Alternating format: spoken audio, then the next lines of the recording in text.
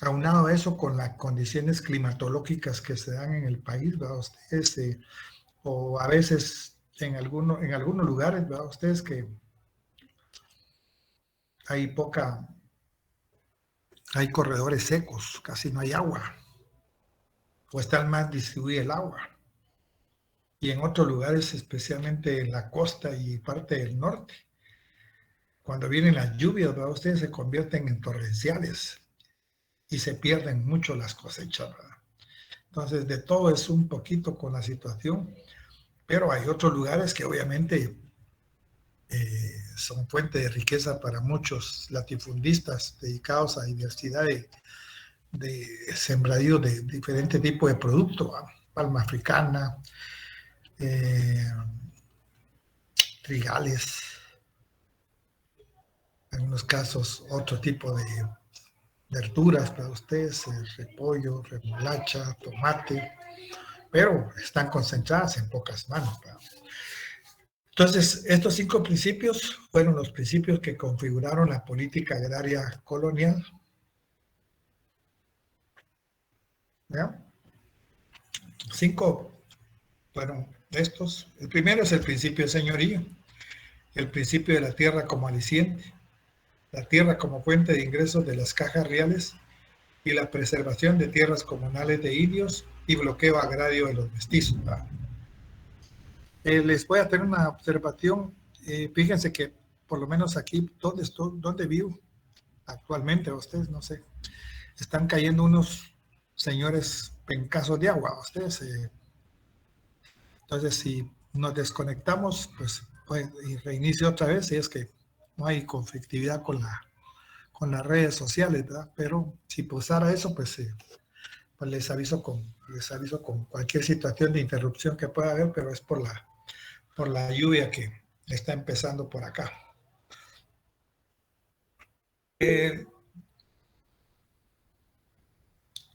Los orígenes del latifundismo guatemalteco se encuentran en la organización económica de la sociedad colonial.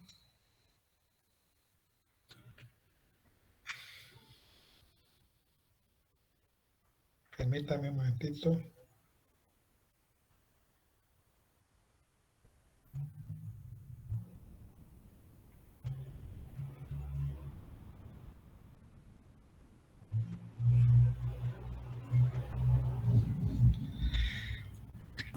El primer principio es el principio de señorío, el principio fundamental de la política indiana. Y es de hacer notar, por ejemplo, que estos orígenes del latifundismo siguen persistiendo hasta en la actualidad. ¿Va? Ustedes la mala distribución de la tierra y que de alguna manera se han pasado de generación en generación y manteniendo esos privilegios en perjuicio de las grandes mayorías de la población, ¿verdad? Que da origen muchas veces a las inmigraciones de muchos conciudadanos a otros países, especialmente a Estados Unidos, por no tener acceso especialmente a la tierra en ese contexto. ¿Va? El principio fundamental de la política indiana en lo relativo al agro se encuentra expresado en el señorío que ejercía la corona de España sobre todas las tierras de las provincias conquistadas en su nombre.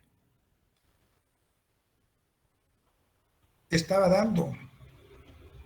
cediendo tierras que nunca le pertenecieron en base a la violencia que en un momento determinado se impuso en lo que es la conquista. Y como premio, o las mercedes, que son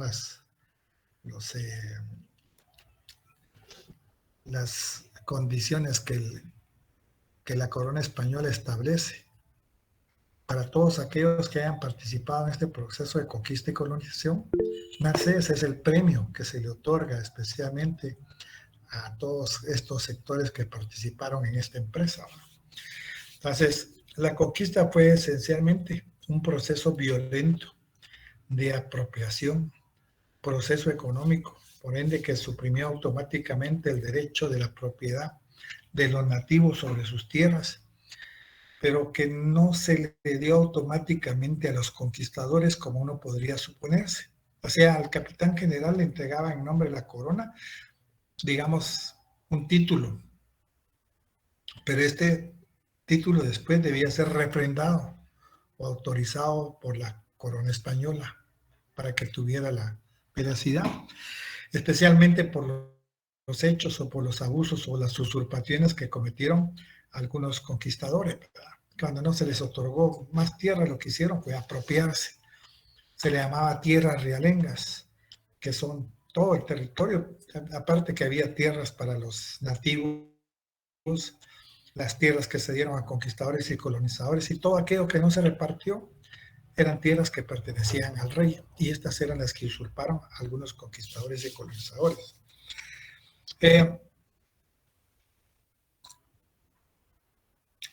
Estos, digamos, unos y otros conquistadores y conquistados solo podían recibir tierras del nuevo y verdadero dueño, el rey, pues en su nombre y únicamente bajo esa condición habían venido los primeros a arrebatarle sus dominios a los segundos.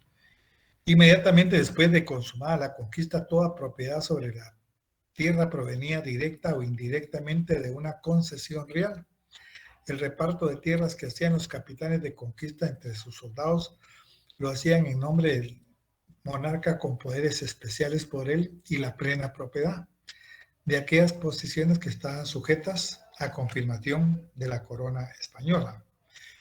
Este principio del señorío, hay que repetirlo, tuvo una importancia extraordinaria por haber sido la expresión legal de un acto material absolutamente básico. El despojo de los nativos y el paso de toda propiedad a corona en cuyo nombre se hizo la conquista. Las enormes proyecciones de este principio deben ser bien comprendidas en sus dos vertientes. Una tiene un carácter positivo. Solo el rey cede o vende tierras. Solo el rey cede o vende tierras. Toda posesión derivada de una cesión o venta original de la corona, ¿verdad? Nadie que no fuera autorizado por el rey o el mismo rey podía tener derecho a vender este tipo de tierra. Pero el rey estaba en España y la burocracia, digamos, los primeros funcionarios reales que vinieron como tesoreros, contadores, veedores, oidores, jueces, etcétera, no tuvieron la capacidad suficiente de poder tener en un primer momento el control, especialmente sobre cómo se distribuía la tierra. Y la otra vertiente tiene un carácter negativo, no menos importante.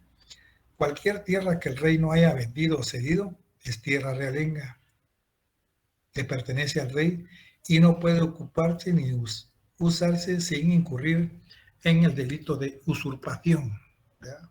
Esto es lo que se dio en aquel entonces. Hay que considerar que la legislación de la colonia tuvo un carácter en aquel entonces casuístico. Respondía, digamos, con caprichos a casos particulares del momento. Para determinados lugares no había una unidad. Las tierras que antes de la conquista eran de los pueblos de indios, el rey las daba concesionada arbitraria y desordenadamente como un aliciente para participar en las incursiones y saqueos en América. En este contexto debemos de tener el segundo principio, que es la tierra como aliciente. El principio de la tierra como aliciente. La corona española no tenía la capacidad para sufragar las expediciones de conquista como empresas estatales, las estimuló como empresas privadas con el aliciente de ofrecerle a los conquistadores una serie de ventajas económicas en las provincias que conquistasen. La región centroamericana era un territorio muy pobre en metales preciosos. La concesión de tierras y de control de indios fueron los principales alicientes empleados en aquel periodo. Pensaron por un momento, me imagino, como cualquier otro tipo de empresa, que en otros lugares como en México se encontraron grandes cantidades de oro en el imperio de los aztecas y en el imperio de los incas en Perú. Y en Guatemala, en ese momento, no encontraron mucho oro para ustedes. Parece un poquito más de plata. Pero yo pienso que tal vez de alguna manera no eran los lugares adecuados donde tenía que buscar. Porque nosotros podemos observar hoy en el siglo XXI con maquinaria bastante sofisticada,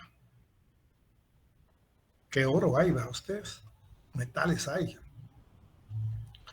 O sea que no era el momento adecuado, pero Guatemala, aparentemente por la cantidad de licencias que hay de algunas empresas, pues sí existe. Hay estudios que sí permiten determinar que existe bastante oro en Guatemala. Ustedes, desafortunadamente, las regalías que dan las empresas mineras es una miseria.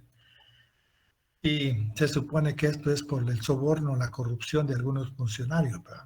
Entonces, esto es lo... Aunque hoy, pues actualmente, algunas empresas mineras están, especialmente en la región de la Puya, Santa Rosa, están pidiendo indemnizaciones cuantiosas, especialmente porque ya no se les permitió trabajar, ¿verdad? Especialmente porque los pueblos indígenas se opusieron porque no hubo una consulta de carácter popular, ¿verdad?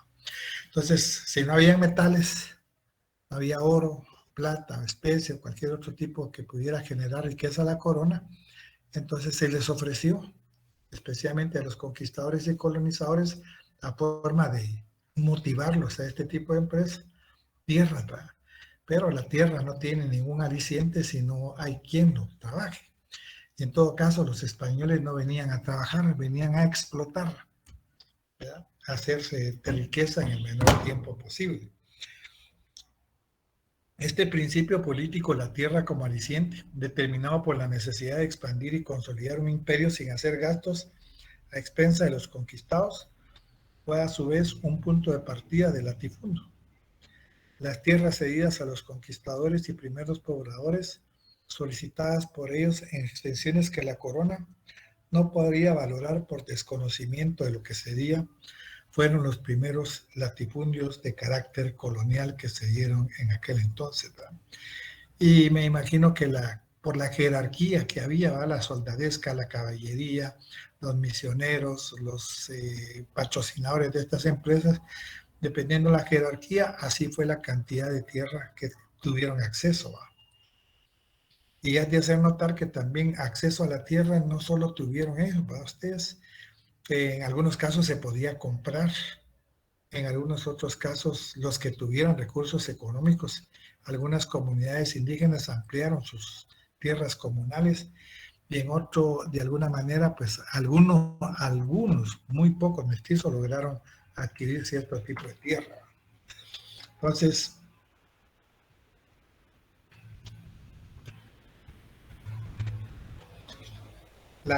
se consolidaba la presencia, digamos, y todo lo que es el aparato burocrático de los españoles y con posesiones sobre tierras debidamente adjudicadas, digamos, se definió que con base en las posesiones debidamente autorizadas por el rey, se tributara parte del obtenido.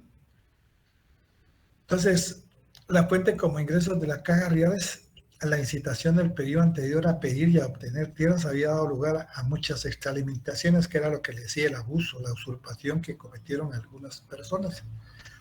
En aquel periodo convenía tolerar la corona sabía de este tipo de situación, pero no le convenía que la gente que no, que no se le motivara regresara otra vez al país, ¿verdad? Pero más adelante, medio siglo más tarde, se convirtieron en motivo de reclamaciones y de composición. La monarquía comenzó a dictar órdenes encaminadas a que todos los propietarios de tierras presentaran sus títulos.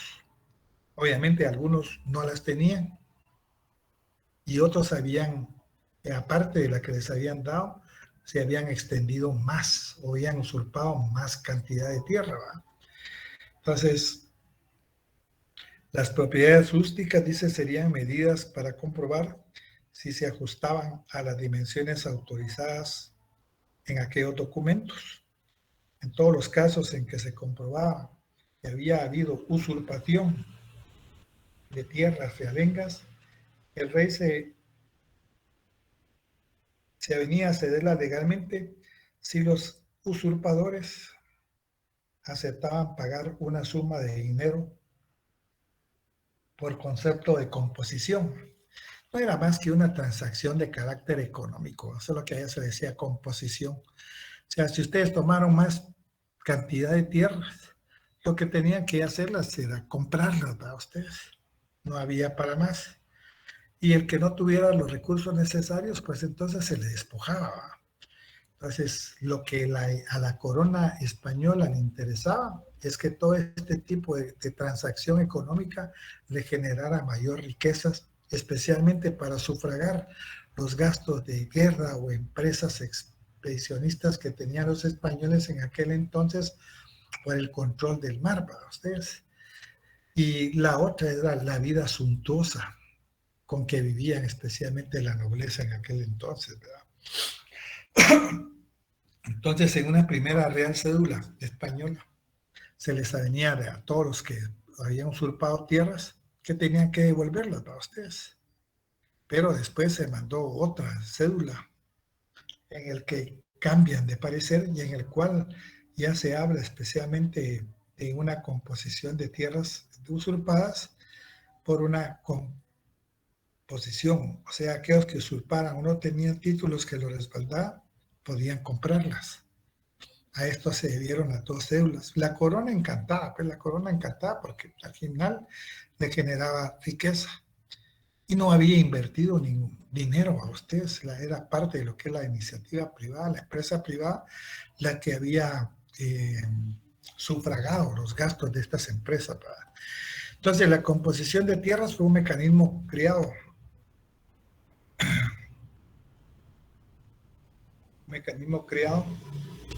en la última década del siglo XVI, ingresó como un tema permanente en la recopilación de las leyes de las Indias, estuvo causándole ingresos a la corona durante todo el periodo colonial y fue un importante renglón de la Real Hacienda en el Reino de Guatemala hasta pocos años después de la independencia.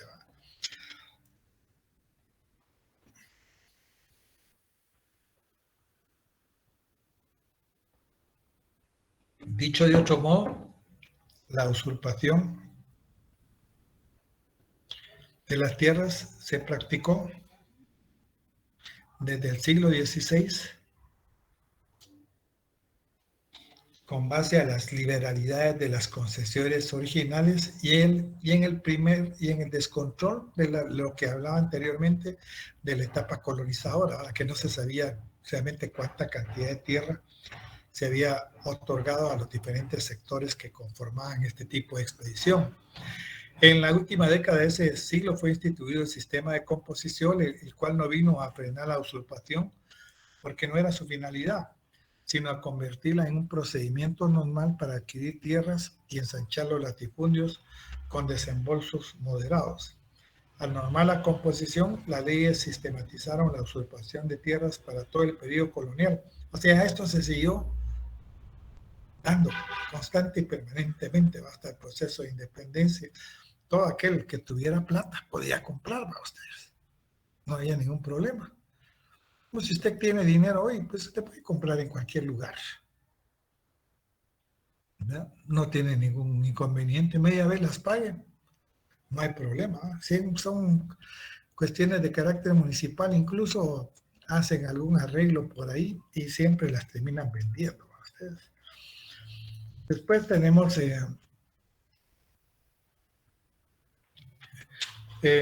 ya consolidado, digamos, el segundo, el dominio español prevaleció, aunque no se sustituyó totalmente, expresándose entre el procedimiento de composición que permitía legalizar la propiedad de tierras realengas usurpadas mediante el pago de una cantidad de dinero. Después tenemos lo que son la preservación de las tierras comunales de indios, o sea, la dotación de ejidos a los pueblos de indios y la posibilidad que pudieran adquirir tierras adicionales también mediante composición. Este cuarto principio de la política agraria colonial, que fue el único principio que no actuó como proceso de latifundio. Al hacerse la gran organización definitiva de las colonias a mediados del siglo XVI, fueron creados los pueblos de indios, completamente distintos de los poblados prehispánicos, que fueron desmantelados para crear estas nuevas concentraciones. Todos los pueblos de indios fueron dotados desde su creación con dos clases de tierras. las llamadas tierras de ejidos, también de pastos y ejidos o montes y pastos, y las llamadas tierras comunales, también comunes de labranza, de sementera o de labranza cementera. Las primeras, los ejidos, eran la tierra indispensable y de uso común alrededor del pueblo, tierra y montes para recolectar madera y otros materiales de construcción, madera y hojas secas para combustible, espacios para exponer al aire y al sol hilos y telas, y también para soltar algunos animales de propiedad particular a fin de que pudieran, o sea, pudieran alimentarse de ellos, ¿no? Ustedes.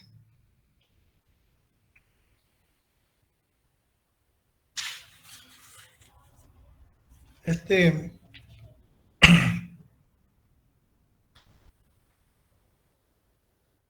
la ley establecía que la extensión de los ejidos debía calcularse representándose dos líneas rectas que se cruzaran en el centro del pueblo, la fuente de las plazas y la vía, cada una de las cuales debía tener una legua de longitud, o sea, media legua desde el centro al pueblo. Se suponía que el área encerrada entre los cuatro extremos de esas líneas podía considerarse como un ejido de un pueblo, pero esa norma era muy flexible y sufrió toda clase de violaciones. Las tierras comunales se extendían normalmente en los alrededores del pueblo, más allá de los ejidos, aunque también hubo tierras comunales situadas a considerable distancia de los pueblos. Su extensión era variable. Se suponía que había tierra suficiente para que cada familia pudiera recibir una parcela y cultivarla en forma individual. Al final de la colonia, sin embargo, había pueblos que tenían más tierra de la que necesitaban y otros que carecían de la necesaria. Es de suponer que, digamos, los pueblos de indios tenían una caja, digamos, de dinero en el que muchos aportaban, especialmente como un erario comunal, y en ellos podían disponer de todo lo que recolectaba de la población, ampliar, ensanchar las tierras, o sea, tenían acceso a comprarlas, siempre y cuando tuvieran la capacidad especialmente de comprarlas. La organización de los pueblos de indios, que fueron la pieza clave de la estructura económica de la colonia, exigía la existencia de unas tierras en que los indígenas pudieran trabajar para sustentarse, alimentarse, también para tributar y para estar en condiciones de ir a trabajar en forma casi gratuita a las haciendas y labores y a otras empresas de los grupos dominantes. Y digo de forma casi gratuita porque había abundante mano de obra. Ustedes, mucha gente no tenía tierra, acceso a la tierra por X o Y razón, ¿verdad? Ustedes. Y entonces, al haber mucha demanda, mucha gente con deseos de trabajar, los precios se abarataban. Entonces, los terratenientes eran los que establecían el tipo de salario. Imagino salarios bastante bajos, ¿verdad? Pero la gente tenía necesidad de trabajar y no le quedaba otra cosa más que aceptar las condiciones que el patrono establecía en aquel entonces, ¿verdad? Para que los indios permanecieran en su pueblo, en sus pueblos controlados para la tributación y para el trabajo forzado, era indispensable que tuvieran allí tierras suficientes. Si tenían tierras suficientes, tenían especialmente para poder sembrar y para poder tributar, ¿verdad? Que no tuvieran que ir a buscarlas a otra parte. De los 5 principios que los proponemos, señalamos, este es el único que no operó como factor de desarrollo de lo que van a ser los latifundios. El 5.º principio es el bloqueo agrario de los mestizos. Este principio, el último de esta serie, no se desprende de las leyes en ninguna forma, y antes bien, si nos atuviéramos a ellas, pasaría totalmente inadvertido. Nos es revelado por hechos de gran trascendencia consignados en documentos de otra naturaleza, gracias a los cuales sabemos precisamente que era un principio que operaba al margen de la ley. Lo llamaremos el principio de bloqueo agrario de los mestizos. Las leyes de los indios en lo tocante a las tierras no hacen discriminación de la gente mestiza, las castas, los ladinos, sino que ofrecen puntos de apoyo legal para que ellos también puedan obtenerlas por los procedimientos usuales. Digamos, las cédulas especiales para Guatemala, así como para las disposiciones elaboradas por la audiencia, tampoco establecen limitación para la adquisición de tierras por mestizos, aunque es de notarse que siempre a ellos como particulares facultándose para adquirirse por composición, ¿verdad? Pero el problema es que si nosotros observamos cómo nace esta clase social, ¿verdad? Ustedes los mestizos, había una contradicción en diferentes ángulos para ustedes. En primer lugar, cuando era un español con una nativa, generalmente la nativa no podía llegar otra vez a su comunidad porque de alguna manera se les consideraba como una deshonra a ustedes. El hijo que tenían lograban llegar, es mestizo a ustedes y en condiciones de pobreza. Algunos, digamos, mestizos siempre de español con indígena, algunos españoles sí reconocieron a alguno de sus hijos, pero la gran mayoría no. Entonces era un sector desposeído a ustedes, no homogéneo, muy heterogéneo, que no se formó de la noche a la mañana, pasaron varias décadas obviamente, pero que vivía en un estado paupérrimo. Muy poco lograban, digamos, acrecentar fortuna, pero de alguna manera, como cualquier tipo de actividad que realizaban, o especialmente por la herencia que algunos conquistadores o colonizadores pudieron haberle dado.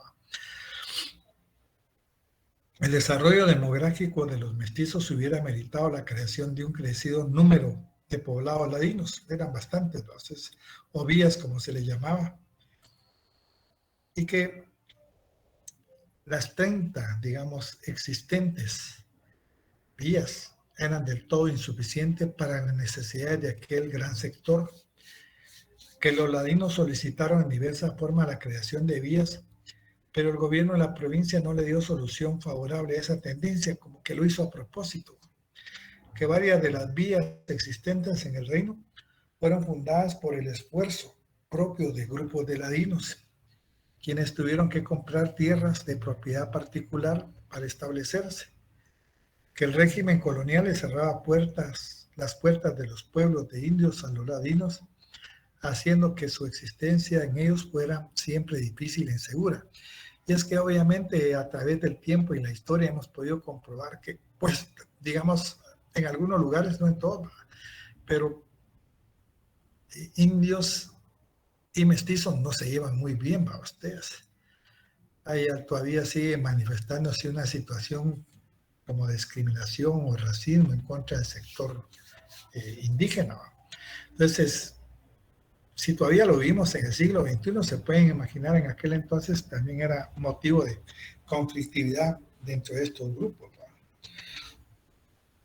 Por todos esos motivos se habían obligado los ladinos rurales a introducirse en las haciendas en donde vivían y laboraban en malísimas condiciones a cambio de poder usufructar parcelas de tierra de dichas empresas, y finalmente que ciertas modalidades de conducta de los ladinos señaladas como malos por los grupos dominantes era consecuencia de las limitaciones en que el régimen los obligaba a vivir. Señaladas como malas, ninguna persona, ni hoy en la actualidad, en condiciones laborales paupérrimas, trabaja con todo el deseo, con toda armonía. Ustedes, no hay motivación. Yo creo que algunos de ustedes, no sé si, bueno, por lo que he podido percibir en el tiempo de estar trabajando allá, un porcentaje bastante alto de ustedes pues sigue dependiendo económicamente de su papá. Algunos otros pues económicamente están bien o son profesionales, y algunos otros pues tienen un trabajo. pero el gran porcentaje a veces que tiene trabajo, de los que trabajan, no todos, por supuesto, siempre se quejan de las condiciones laborales. Uno pregunta en cualquier lugar y no están contentos para ustedes. Pero les he dicho yo siempre, miren, ustedes creen que cuando se gradúen de abogados van a decir, sí, yo soy abogado, ¿cuánto va a ganar? No se sabe a ustedes, es una incertidumbre, porque la fuerza de trabajo es numerosa en todas las áreas de profesionales para ustedes. Por cada puesto que hay 7, 8 personas ahí esperando. Si ustedes vieran en la docencia, no solo en la Universidad San Carlos, sino en otras universidades, ahí andan viendo por lo menos que les den algo para poder tener un salario más o menos que le permita algún tipo de entrada para satisfacer sus necesidades básicas. Entonces, es duro el mercado laboral es duro. Entonces, en aquel entonces, me imagino seguro, algunas personas no trabajaban con todo el entusiasmo necesario o hacían algún tipo de, o te emborochaban o cualquier tipo de cosa, no trabajaban como ellos quisieran.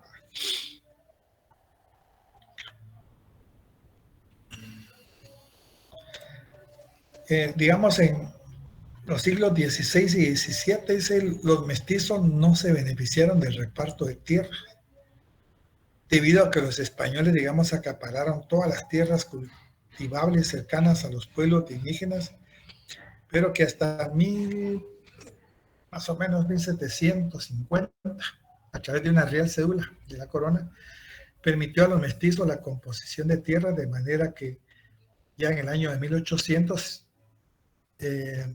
había más de 4,000 familias propietarios de mestizos.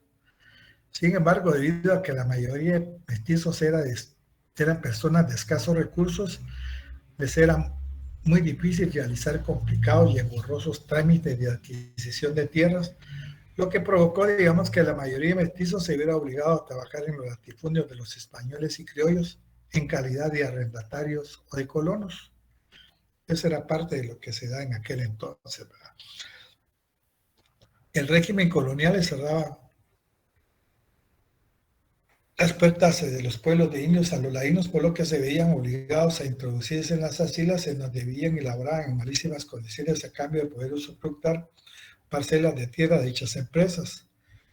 Producto de este bloqueo agrario, la proliferación de ladinos configuró aquella sociedad por lo menos dos capas medias urbanas, una alta y reducida, artesanal, proveedora, y otra baja y numerosa que era la plebe, que vamos a ver en la próxima clase, o gente pobre de los suburbios de las ciudades coloniales.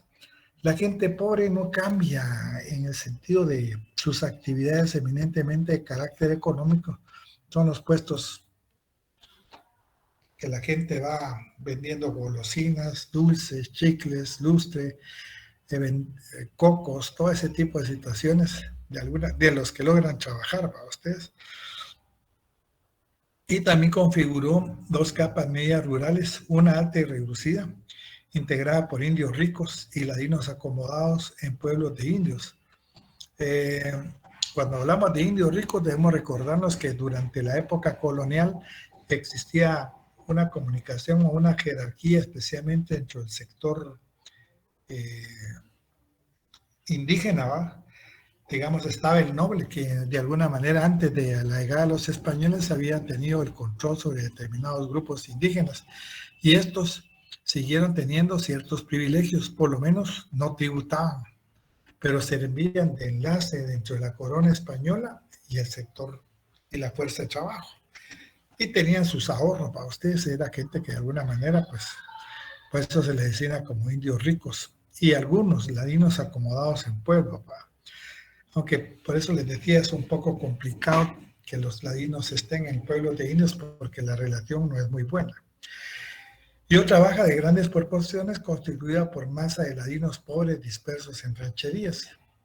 El más voluminoso bloqueo agrario fue el desplazamiento de ladinos pobres hacia las haciendas y la formación de un gran número de rancherías dispersas a todo lo largo de las regiones habitadas del reino.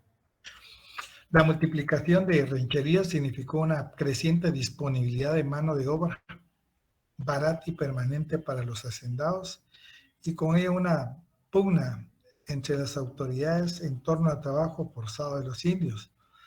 Desde ese punto de vista, la política agraria de los agrarios de los ladinos resultaba ser más convincente, especialmente para las fuerzas dominantes, la monarquía y los terratenientes criollos, ya que aumentaba el número de peones que se introducían en las haciendas y que se venían a formar rancherías estables y a trabajar a cambio de usufructo, especialmente de parcela. O sea, había suficiente mano de obra tanto para la corona, para los terratenientes, y entonces no había una gran disponibilidad de ofrecerle a los mestizos, digamos, facilidades para poder adquirir tierra. Al contrario, ponía mayores trabas burocráticas, aunque la corona española disponía, pero la corona española está en España y ellos aquí va.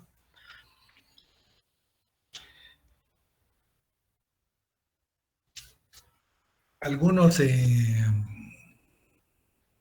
elementos constitutivos, especialmente en el ambiente económico, o que fueron la base especialmente de la economía. Por ejemplo, tenemos el cacao. El primer gran monocultivo fue el cacao, que era uno de los productos más valiosos de la economía indígena, utilizado incluso como moneda.